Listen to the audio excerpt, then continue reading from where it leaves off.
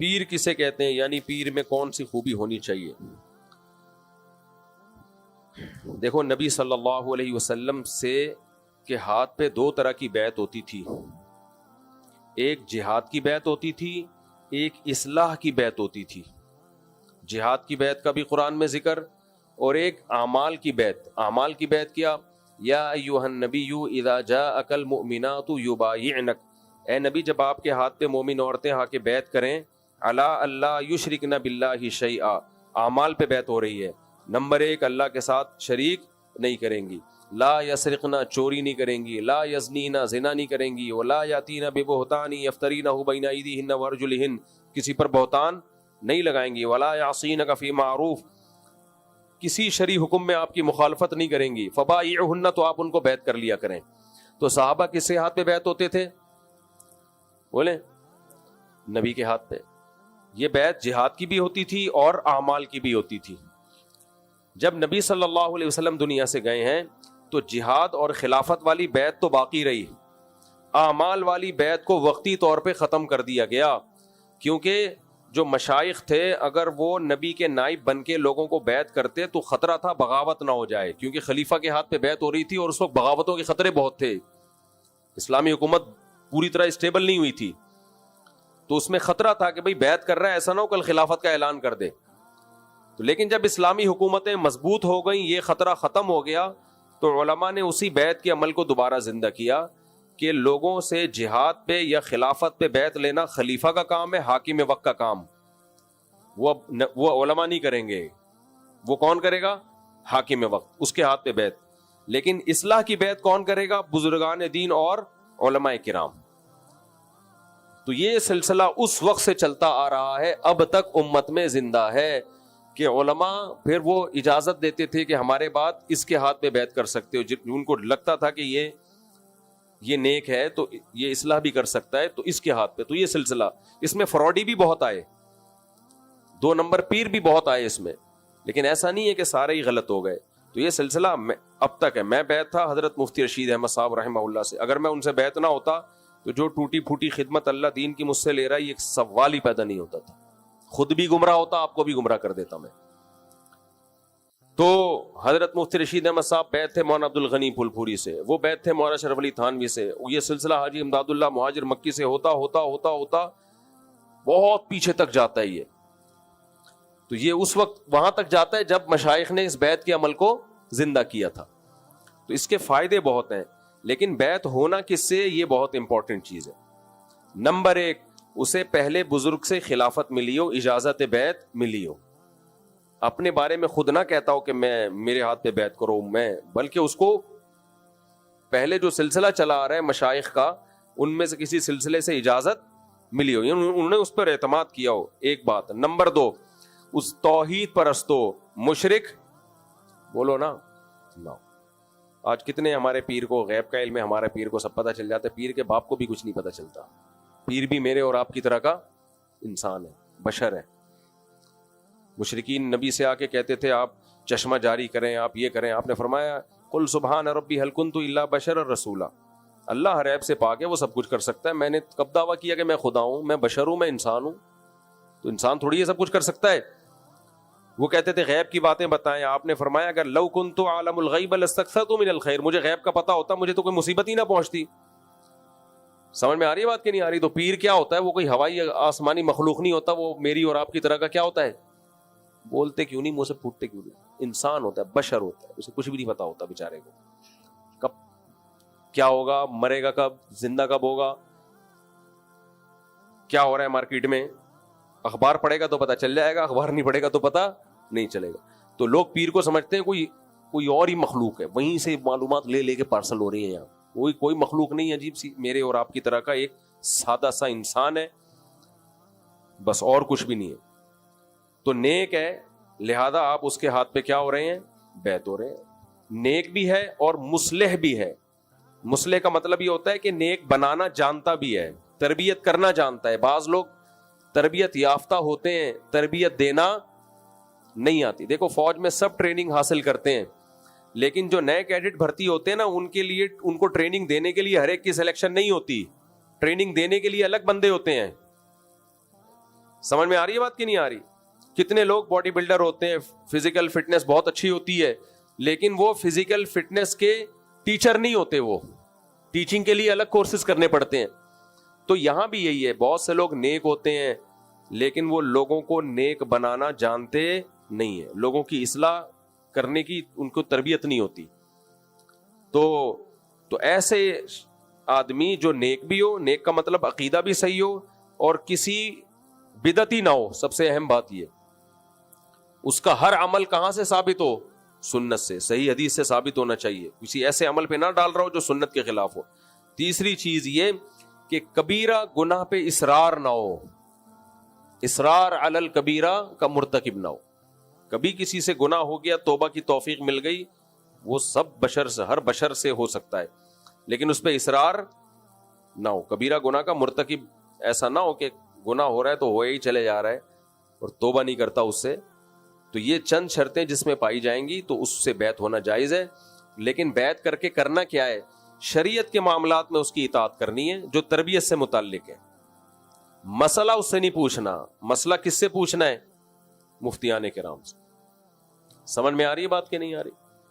تو پیر و مرشد آپ کو شرعی مسائل جب بتائے گا جب وہ مفتی ہو. اگر مفتی نہیں ہے تو بس اس سے بولیں کہ میرے اندر یہ برائی ہے, فحش فلمیں دیکھنے کی عادت ہے, میں نشہ کرتا ہوں, ماں باپ کے ساتھ اچھا سلوک نہیں ہے, وغیرہ وغیرہ, یہ برائیاں مجھ سے چھوٹ نہیں رہی ہیں, تو آپ میری تربیت کریں. تو وہ آپ کی تربیت کرے گا تاکہ آپ سے یہ برائیاں چھوٹ جائیں, اور چھوٹتی ہیں برائیاں. اس سے آگے نہیں جانا. حلال حرام کا علم اس سے نہیں لینا. حلال حرام کا علم کس سے لینا ہے؟ بھائی مفتیان کرام سے, علماء کرام سے. دوسری بات یہ کہ مباح چیزوں میں, مباح سمجھتے ہو یعنی کچھ کام ایسے ہوتے ہیں جو کرنا بھی جائز ہے, نہیں کرنا بھی جائز ہے. تو جب ایسی چیز ہوگی تو اس میں ماں باپ کو اپنے پیر پہ ترجیح دینی ہے. نہیں آئی میرا خیال ہے بات؟ اس کی ایک مثال, ایک بڑے بزرگ تھے, انہوں نے اپنے مرید سے کہا سر منڈاؤ, ٹنڈ کراؤ تم. اب ان کے ماں باپ کو وہ ٹنڈ پسند بولو نہیں تھی. اس نے مجھ سے کہا کہ میرے والدین کہہ رہے ہیں یہ گنجے ہو کہ آپ اچھے نہیں لگ رہے, اور میرے جو پیر و مرشد ہیں وہ کہہ رہے ہیں گنجے ہو جاؤ. تو میں نے کہا بھائی اللہ نے قرآن میں 20 جگہ ماں باپ کا حق اللہ رسول کے بعد سب سے بولو زیادہ.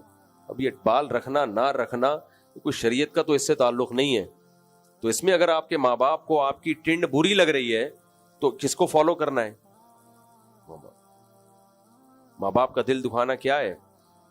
ہمارے حضرت سے کسی نے پوچھا, مفتی رشید احمد صاحب رحمہ اللہ سے, وہ بھی پیر و مرشد تھے, تو کسی نے پوچھا حضرت ایک کام کا میرے ماں باپ مجھے حکم دیتے ہیں اور میرے پیر صاحب مجھے اس کے خلاف کا حکم دے رہے ہیں, اور وہ حلال حرام سے اس کا تعلق نہیں ہے. تو حضرت نے فرمایا وہ پیر ہو ہی نہیں سکتا جو ماں باپ کی مرضی کے خلاف آپ کو حکم دے. وہ پیر ہی صحیح نہیں ہے. اگر وہ صحیح شرعی پیر ہے تو وہ ماں باپ کی مرضی کے خلاف آپ کو آرڈر نہیں دے گا, اس لیے کہ اس کو پتا ہے کہ ماں باپ کی نافرمانی بہت بڑا جرم ہے. تو یہ اگر اس اعتدال کے ساتھ کسی سے بیعت ہوا جائے اور پیر میں یہ خاصیت ہو, یہ چیزیں جانتا ہو, تو پھر یہ بہت فائدے کی چیز ہے. بیعت ہونے کا بہت فائدہ. جتنے بڑے بڑے مشائخ بزرگان دین ماضی میں پیدا ہوئے ہیں, سب کا کسی نہ کسی سے اصلاحی تعلق تھا.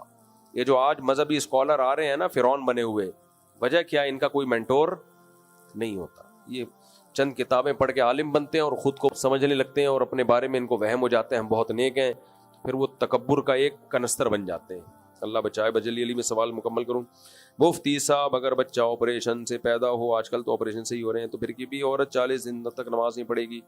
دیکھو بچے کی ولادت کے بعد عورت کو جو خون آتا ہے وہ نفاس کا خون کہلاتا ہے. جتنے دن خون آئے گا اتنے دن نماز نہیں پڑھے گی. جب خون بند ہو جائے گا تو نماز پڑھنا شروع, چاہے وہ 3 دن میں بند ہو جائے, 10 دن میں بند ہو جائے, 20 دن میں بند ہو جائے. اس کے لیے 40 دن انتظار کرنا ضروری نہیں ہے.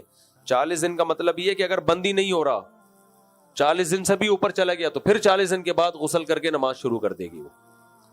تو جب خون بند ہو گیا 10 دن میں 15 دن میں بچے کی ولادت کے بعد عورت پاک ہو جاتی ہے اور وہ نماز بھی شروع کر دے اور روزہ رکھنا بھی شروع کر دے. اچھا بھائی, کچھ لوگ بیان کے دوران گہری نیند سو گئے اور بغیر وضو کے صف میں بیٹھ گئے. بیٹھے بیٹھے جتنا بھی سو جائیں وضو نہیں ٹوٹتا. نبی صلی اللہ علیہ وسلم عشاء کی نماز میں بعض دفعہ تاخیر سے آتے تھے. صحابہ بیٹھے ہوتے, صف میں اونگ آ رہی ہوتی تھی. ایک دفعہ نبی دیر ہو گئی, نبی صلی اللہ علیہ وسلم کو حضرت سب اونگ رہے تھے نا, تو حضرت عمر بڑے ذرا قوی القلب تھے. حضرت عمر نے آپ صلی اللہ علیہ وسلم کے حجرے کی طرف آواز ماری, نامت النساء والصبیان, عورتیں بچے سو گئے. ٹھیک ہے, تو پھر نبی صلی اللہ علیہ وسلم تشریف لائے. تو بیٹھے بیٹھے سونے سے وضو نہیں ٹوٹتا. ہاں آپ بیٹھے ہوئے ہیں اور آپ ایک طرف کو لڑک گئے, اتنا لڑک گئے کہ ٹوٹل ہر انسان کے پاس 2 تشریفیں ہیں, کیا خیال ہے؟ تو ایک تشریف اٹھ گئی. ایک دیہاتی آیا, تو کراچی میں آیا نا, تو کراچی میں لوگ تھوڑا تمیز سے بات کرتے ہیں, تشریف لائیے تشریف لائیے. تو وہ کہتا تھا یار یہ تشریف کیا چیز ہے, مجھے کیوں نہیں کہتے کہ آپ خود آ جائیں. آپ سمجھتے ہیں تشریف کا مطلب, جو آپ مدینہ سے آئے ہیں, ان بھائی کو اردو میں سمجھاؤ یار یہ لطیفہ, ورنہ مزہ نہیں آئے گا. ان کو صحیح طرح ٹرانسلیٹ کریں, اس کی عربی میں سمجھائیں ان کو, سوری اردو میں کہہ رہا ہوں. تو جو بھی آتا تشریف لائیے, یہ عربی ہے مدینہ منورہ کی. تو جو بھی آتا تشریف لائیے تشریف لائیے. وہ کہتا یار یہ کیا چیز لے کر آ رہے ہیں, دیکھتا کچھ بھی نہیں لا رہے. بڑا حیران تھا کہ یار یہ خود جا رہا ہے تو تشریف تو لے کے نہیں آ رہا, تشریف کیا چیز ہے. تو ایک دن کسی نے کسی کو کہا تشریف رکھیں. اس نے کہا اب دیکھتا ہوں کیا رکھتا ہے, اب دیکھتا ہوں یہ رکھتا کیا ہے. تو ظاہر آدمی کولے ٹکا کے زمین بیٹھتا ہے کہیں بھی کرسی پہ, تو کولے رکھ دیے. کہہ رہے ہوئے تم لوگ اس کو تشریف بولتے ہو, اس کو تشریف بولتے, کتنے بےہودہ لوگ ہو یار, تشریف لاؤ تشریف لاؤ. تو بندے کو خود بولو تم آ جاؤ. تو میں بتا رہا ہوں 2 تشریفیں ہوتی ہیں. اگر وضو کے دوران تھوڑا سا لڑک گئے اور ایک سرین تھوڑا کولا جو ہے زمین سے اٹھ گیا, تو پھر وضو ٹوٹ گیا.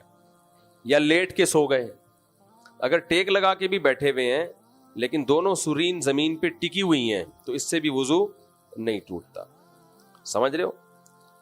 سجدے میں سو گئے اور بالکل ہی زمین پہ بچھ گئے تو بھی وضو ٹوٹ جائے گا. اگر بچھے نہیں ہیں مردوں کی طرح سجدہ جیسے ہوتا ہے وہ اٹھا کے بازو, تو پھر اس دوران اگر آنکھ لگ گئی تو بھی وضو نہیں ٹوٹتا. قیام میں سو گئے یا تحیات میں سو گئے, اس سے وضو نہیں ٹوٹتا. کچھ عرصے سے ایک رجحان ہے, ٹیچر اور طالب علم کی شادیاں ہو رہی ہیں. ہمارے معاشرے میں بہت سے مرد اساتذہ اسکول کالج میں اپنی ہی اسٹوڈنٹ سے نکاح کر رہے ہیں. کیا یہ درست ہے؟ بالکل درست ہے. زنا نہیں کر رہے, کیا کر رہے ہیں؟ نکاح کر رہے ہیں. تو اگر ٹیچر اپنی اسٹوڈنٹ سے نکاح کر لے, اسٹوڈنٹ ٹیچر سے کر لے, اس پہ ہمیں کوئی اعتراض نہیں ہے. اس کو تو ہم کہہ رہے ہیں کرو کمبختوں, یہ کام تو کرو. کون منع کر رہا ہے؟ اس کے علاوہ کچھ نہیں کرو بس. یہ تو اچھا ہے یار, نمٹیں اس طریقے سے شادیاں ہوں. لوگ کہتے ہیں لو اپنی ٹیچر تھے اپنی اسٹوڈنٹ سے نکاح کر لیا. اسٹوڈنٹ تو بیٹیوں کی طرح ہوتی ہے, نہیں ہوتی. اسی سے پتہ چلتا ہے کہ بیٹیوں کی طرح نہیں ہوتی. لہٰذا اسٹوڈنٹ کو چاہیے اپنے ٹیچر سے پردہ کرے, فیمیل اسٹوڈنٹ کو چاہیے, سمجھنے, کیونکہ کبھی بھی اس کا دل آ سکتا ہے. پردہ کرے, اور اگر پسند آ رہا ہے تو نکاح کا پیغام بھیجے, شادی کرے. تیسرا کوئی آپشن بولو نہیں. اور 4 ٹیوشن پڑھانے کی اجازت ہے اسلام میں. ایک میل کو 4 فیمیل کو پڑھانے کی اجازت, سمجھ رہے ہیں کہ نہیں؟ تو 4 اسٹوڈنٹ سے آپ شادی کرو. ہم تو کہہ رہے ہیں کرو شادی, کوئی اور کام مت کرو. آج کل نئے نور مارکیٹ سے شارٹ کر دیے گئے ہیں, مختلف ایجنٹ اضافی پیسے لے کر عوام کو دے رہے ہیں. حرام ہے بھائی. نوٹ کے بدلے میں اتنا ہی نوٹ آ سکتا ہے, کمی بیشی کے ساتھ نوٹ جائز نہیں ہے. مفتی صاحب, کوئی ہیلے کے لیے یہ جائز ہے کہ نوٹ کے علاوہ کوئی اور چیز رکھ دیں, تو جو اضافہ ہوگا اس چیز کے مقابلے میں ہو جائے گا. اس کی مثال ایسے جیسے آپ 8 روپے کے بدلے میں 10 روپے لے رہے ہیں, تو 8 روپے کے ساتھ ایک ماچس کی ڈبیا رکھ دیں. ایسی چیز جس کی کوئی ویلیو ہو, تو یہ جائز ہیلا ہے, اس سے آپ سود سے بچ جائیں گے. مفتی صاحب کیا کہتے ہیں یار, یہ پتہ نہیں کیا لکھا ہوا ہے, NFT. یہ بھی بلاک چین کی طرح کی ایک بزنس ہے, ناجائز ہے. آپ 4-5 آدمیوں کو کوئی چیز بیچتے ہیں, ان کا کمیشن آپ کو ملتا ہے اور پیسے بھی ملتے ہیں, پھر وہ 4-5 آگے لوگوں کو بیچتے ہیں, تو جتنوں کو وہ ملٹی پلائی ہوتا چلا جائے گا, آپ کو ہر ایک کا کمیشن آتا چلا جائے گا. اس کی شریعت میں کوئی گنجائش نہیں ہے, اس کا کوئی تک ہی نہیں بنتا. تبھی اس میں ایک سستی چیز بہت مہنگی کر کے بیچی جا رہی ہوتی ہے, اسی لالچ میں کہ یہ پیسہ یا تو ہمارا ڈوب جائے گا جو اضافی ہم نے لگایا ہے, اور اگر وہ آگے پہنانے پہ اس نے پہنا دیا, لوگوں کو تقسیم کر دیا تو اور اضافہ کی, تو یہ غرر ہے, اس میں جائز نہیں ہے. مفتی صاحب السلام علیکم, یہ کیا لکھا بھائی؟ عرض ہے کہ میرا اکاؤنٹ میزان بینک میں, جب میں اے ٹی ایم دوسرے میں استعمال کرتا ہوں اضافی رقم کاٹی جاتی ہے تو کہتے ہیں سود میں آتے ہیں. نہیں, سود میں نہیں آتے, وہ سروس دیتے ہیں آپ کو پیسے ٹرانسفر کرنے کے. اچھا بھائی مفتی صاحب السلام علیکم, I want to meet you. I came here to meet you from America. Please give me 5 minutes of your time. Thank you very much. Nice to meet you. کہاں ہے بھائی یہ بندہ, کہاں ہے؟ Where are you?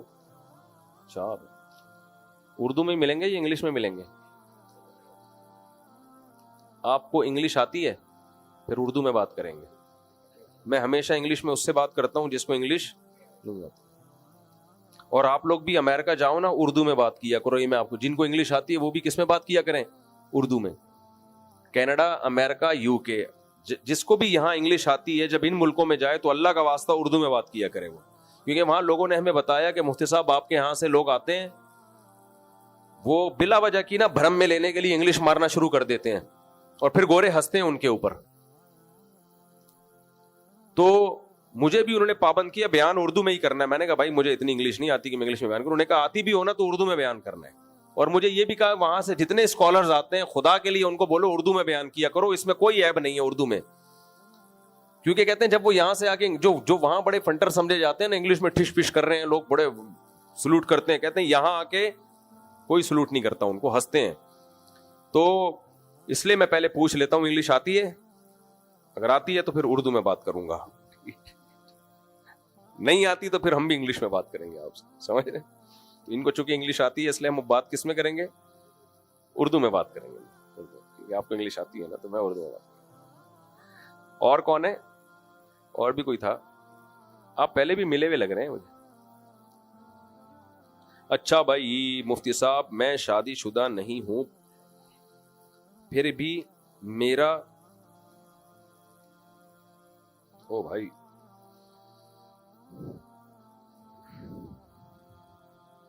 یہ سب کے سامنے پوچھنے کے سوال نہیں ہے. مفتی صاحب منیر شاکر صاحب قبر کے عذاب اور تراویح کا انکار کرتے تھے, مجھے نہیں پتا ان کے عقیدے کیا تھے.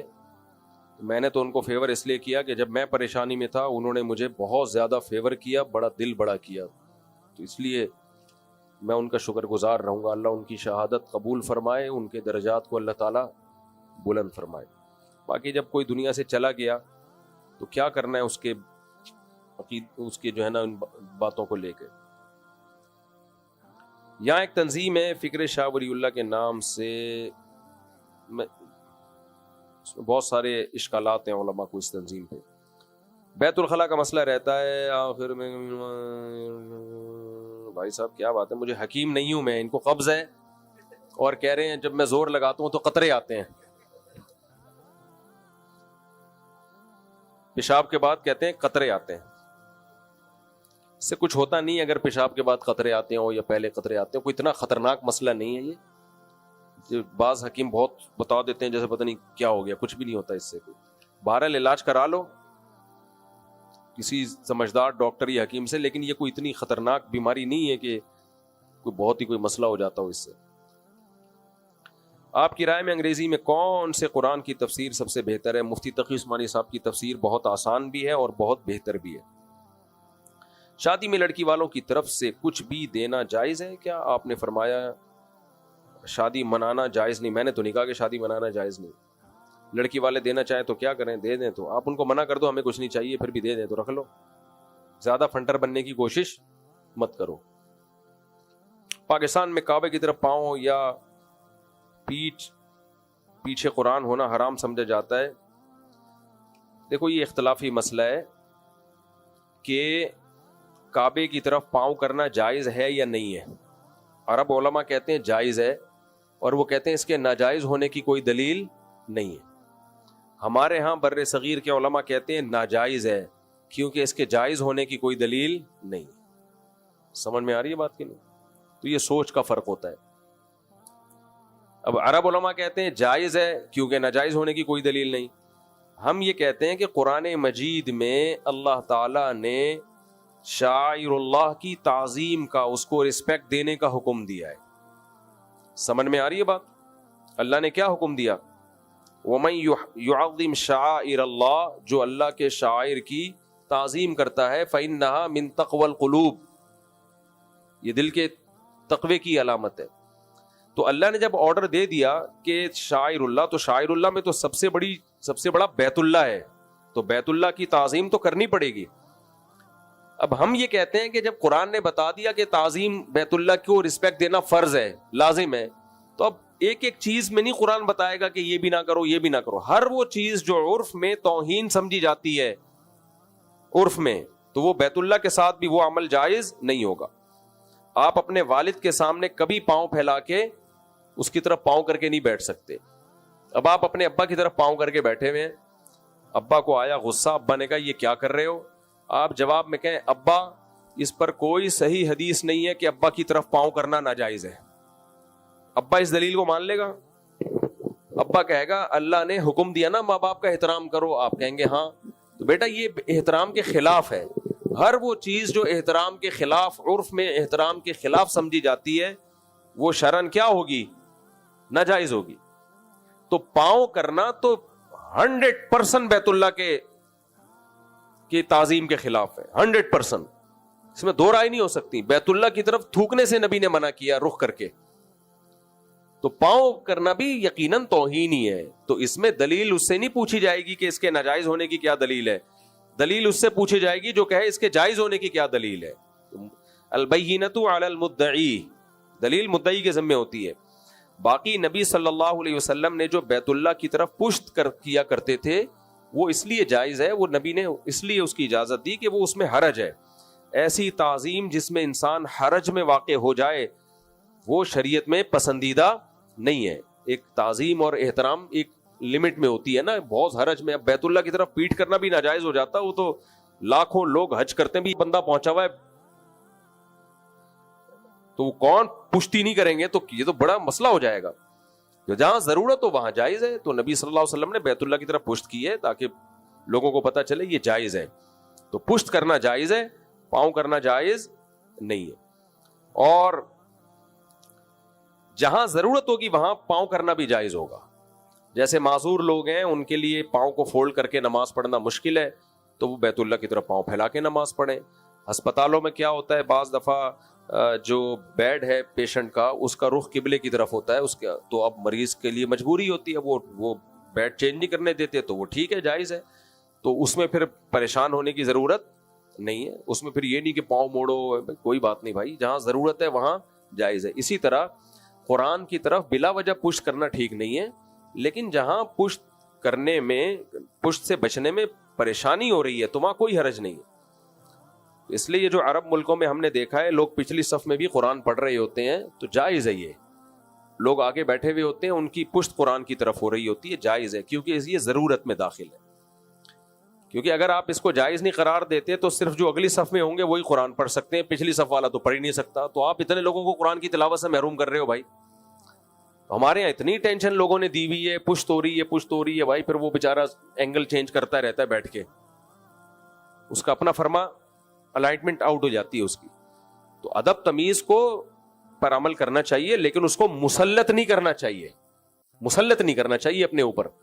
تو اس لیے یہ جو ہمارے یہاں مسجدوں میں پیچھے قرآن ہی نہیں پڑھنے دیتے کہ پشت ہو رہی ہے، یہ غلط رواج ہے.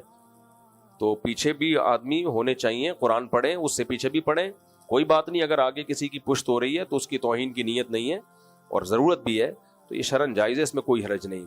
تو ادب کریں لیکن اس کو مسلط نہ کریں. وہ ایسے ہی ہے جیسے ایک قاری صاحب نے اپنے شاگرد کو کہا، تجوید سکھاتے تھے کہ کوئی بات تجوید کے بغیر نہیں کرنا. قرآن سکھا رہے تھے نا ان کو، ہر چیز کیسے، اردو بھی تجوید کے ساتھ. جیسے آپ نے قاری صاحب سے چھٹی لینی ہے تو قاری جی صاحب با پہ قلقلہ بھی ہوگا، قاری جی صاحب مجھے چھٹی چاہیے، پوری تجوید کے ساتھ. قاری صاحب نے لوگوں کو ٹرین کیا، بچوں کو. ایک دن کیا ہوا کہ وہ سگریٹ پی رہا تھا، چنگاری آ کے گری قاری صاحب کے کپڑوں پر. ہلکی سی آگ لگی, اب وہ آگ پھیلنا شروع. ایسے موقع پہ کیا ہے بھائی, جا کے بجھاؤ, تھپڑ مارو, بجھاؤ اس کو. اور بچوں کی ٹریننگ ہوئی بھی تھی. ایک بچے نے کہا قاری جی صاحب آپ کے کپڑوں پر چنگاری, پھر اس کو خیال آیا کہ نون کا وہ رہ گیا, غنہ رہ گیا, چنگاری. قاری صاحب آدھے تباہ ہو چکے تھے. تو بھائی ضرورت کے موقع پہ ادب تمیز نہیں دیکھی جاتی, بلکہ آپ جائیں وہ مارے تھپڑ لگاتے ہیں وہاں. ہمارے فرماتے تھے ایک آدمی کی چائے میں مکھی گر گئی, وہ آپ کے بزرگ ہیں, استاذ ہیں, وہ ادھر باتیں کرتے ہوئے وہ پی رہے ہیں نا, اب خطرہ ہے کہ مکھی جائے گی ان کے پیٹ میں. آپ ادب تمیز سے نحمدہ ونصلی علی رسولہ الکریم, بھائی یہ تھوڑی کرو گے آپ جا کے ان کے ہاتھ ایسے ہٹاؤ گے, منہ میں جا رہا ہے بھائی, یہ مکھی جا رہی ہے آپ کے منہ میں, تو اس وقت بدتمیزی کا ثواب ملے گا. سمجھتے ہو کہ نہیں سمجھتے؟ ابا بعض بوڑھے والدین ایسے ہوتے ہیں کہ ان کا دماغ کام کرنا چھوڑ دیتا ہے, وہ دوا نہیں کھا رہے ہوتے, تو ایسے موقع پہ بدتمیزی سے ماں باپ کو دوا پلانی پڑتی ہے. آپ پیو گے لازمی, تھوڑا ڈانٹنا پڑتا ہے, تو یہ ڈانٹ ان کے فائدے کے لیے ہے. دیکھنے میں تو بے ادبی ہے لیکن یہ ادب کا تقاضا ہے, تو وہاں ادب دائیں پہ دائیں بائیں کر دو. تو اسی طرح قرآن میں بھی اب ادب کی وجہ سے قرآن کی تلاوت ہی سے ہم محروم. ادب کرنا فرض ہے ہم پر قرآن کا, لیکن اتنا کہ اس میں حرج ہو. ہمارے سامنے نبی کی مثال ہے بھائی, بیت اللہ کی طرف پشت کر کے آپ لوگوں میں بات کرتے تھے. حالانکہ ایسا بھی ہو سکتا تھا کہ بیت اللہ کی طرف رخ کر لیتے, لیکن یہی کہ امت حرج میں پڑے گی. تو یہاں ہمارے یہاں دیکھا ہے لوگ قرآن پیچھے پڑھتے ہی نہیں ہے کہ پیٹھ ہو جائے گی, کوئی بات نہیں یار, پڑھنے دو لوگوں کو.